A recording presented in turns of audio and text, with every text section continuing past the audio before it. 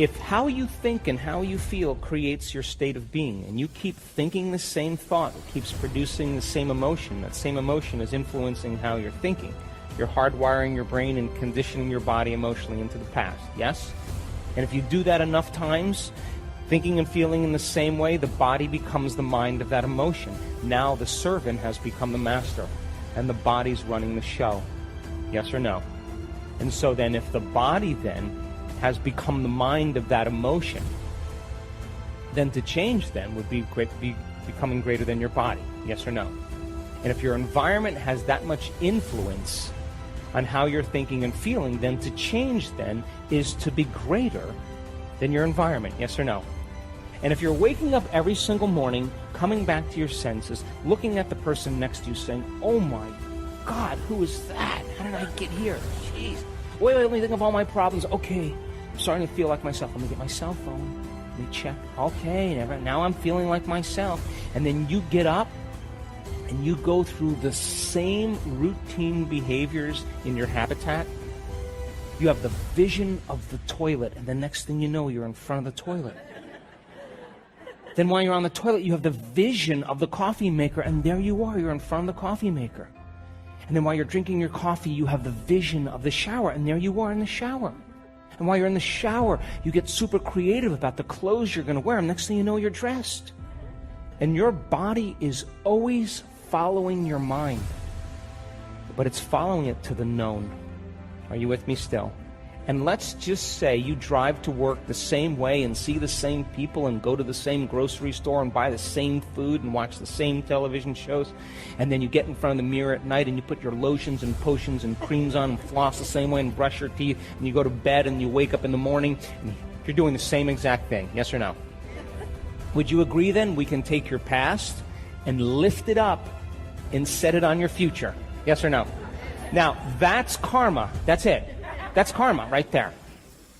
And so then if you've done that enough times, a habit is a redundant set of automatic, unconscious thoughts, behaviors, and emotions that's acquired through frequent repetition.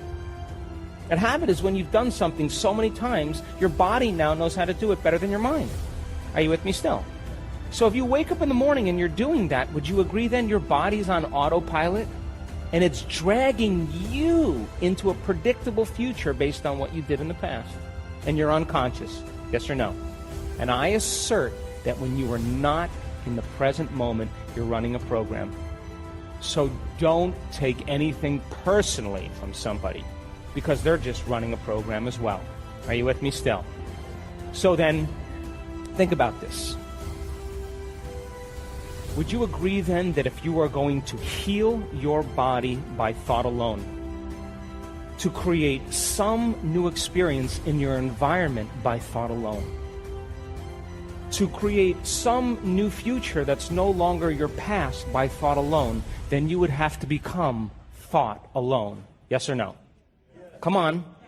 So then would you agree then if your environment is so strong in conditioning you into the past, would you agree then maybe it'd be a good idea to sit down at the beginning of your day, close your eyes, and disconnect from your external environment? Yes or no? So then if you're seeing less things in your external environment because you've closed your eyes, all of a sudden now, your environment isn't going to control how you think and feel. Yes or no? And what if you were to play soft music in the background or put earplugs in and diminish more sensory information coming in from the environment? Would you agree you'd start putting more attention on your inner world instead of on your outer world? And what if you said to your body, hey, sit right here and stay right here. Don't you get up yet until I tell you it's time to get up.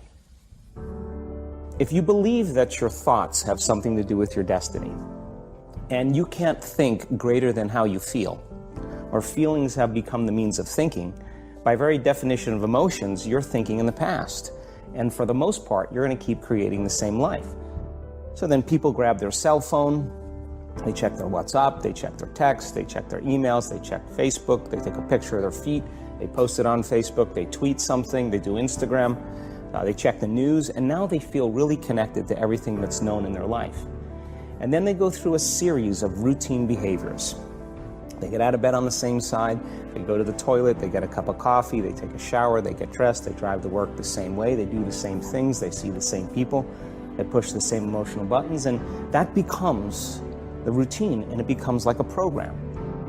So now they've lost their free will to a program, and there's no unseen hand doing it to them.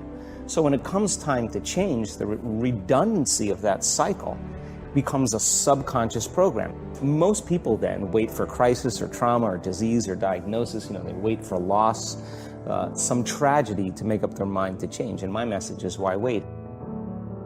And you can learn and change in a state of pain and suffering, or you can learn and change in a state of joy and inspiration. And I think right now, the cool thing is that people are waking up. The moment you start feeling abundant and worthy, you are generating wealth.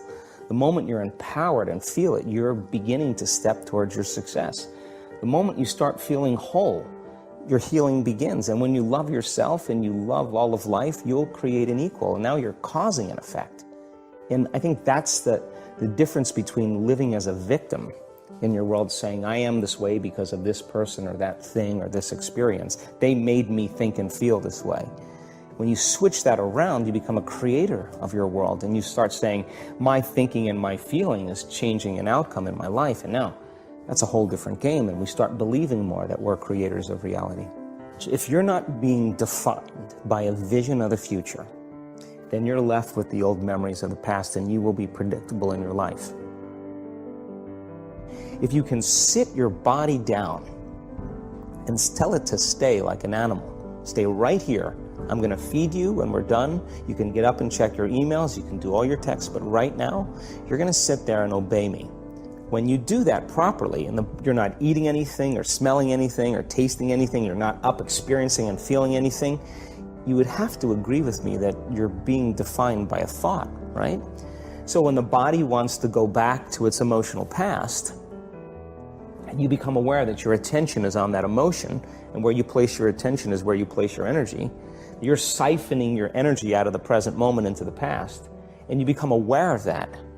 And you settle your body back down in the present moment, because it's saying, well, it's 8 o'clock. You normally get upset because you're in traffic around this time, and here you are sitting, and we're used to feeling anger, and you're off schedule. Oh, it's 11 o'clock, and you usually check your emails and judge everybody. Well, the body's looking for that predictable chemical state. Every time you become aware that you're doing that, and your body is craving those emotions, and you settle it back down into the present moment, you're telling the body it's no longer the mind, that you're the mind, and now your will is getting greater than the program. And if you keep doing this over and over again, over and over again, over and over again, just like training a stallion or a dog, it's just going to say, I'm going to sit. And the moment that happens, and the body's no longer the mind, when it finally surrenders, there's a liberation of energy. We go from particle to wave, from matter to energy, and we free ourselves from the chains of those emotions that keep us in the familiar past. And so if you think 60 to 70,000 thoughts in one day, and we do, and 90% of those thoughts are the same thoughts as the day before, and you believe that your thoughts have something to do with your destiny, your life's not going to change very much, because the same thought leads to the same choice leads to the same behavior creates the same experience, and the same experience produces the same emotion. And your body is going to buck and kick like an unbridled stallion. I'm busy, I got a lot to do, I got emails to check, I got meetings to go to. Because you programmed it that way, yes or no? And every time you say to the body, stay, are you telling it it's no longer the mind, that you're the mind? Yes or no? And now, the will is becoming greater than the program. Yes or no? And all of a sudden, if you became conscious that you were angry or emotional or suffering, and you became aware that that emotion was keeping you into the